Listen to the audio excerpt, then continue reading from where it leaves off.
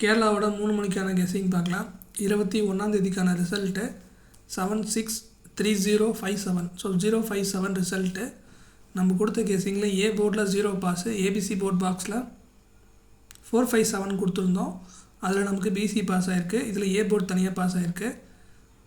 ஃபுல்வின் வந்திருக்க வேண்டியது, பட் ஆனால் நமக்கு ஏ போர்டு இதில் மிஸ் ஆகிருக்கு. இல்லைனா ஃபுல்வின் கிடச்சிருக்க வாய்ப்பு இருந்திருக்கும். ஸோ 22ஆம் தேதிக்கான கெஸ்ஸிங் பார்த்தாலாம். ஆல் போர்டில் நமக்கு 0, அதுக்கப்புறம் 9 கிடச்சிருக்கு. ஏ போர்டில் 8, அதுக்கப்புறம் 0 கிடச்சிருக்கு. பி போர்டில் 4, அதுக்கப்புறம் 0 கிடச்சிருக்கு.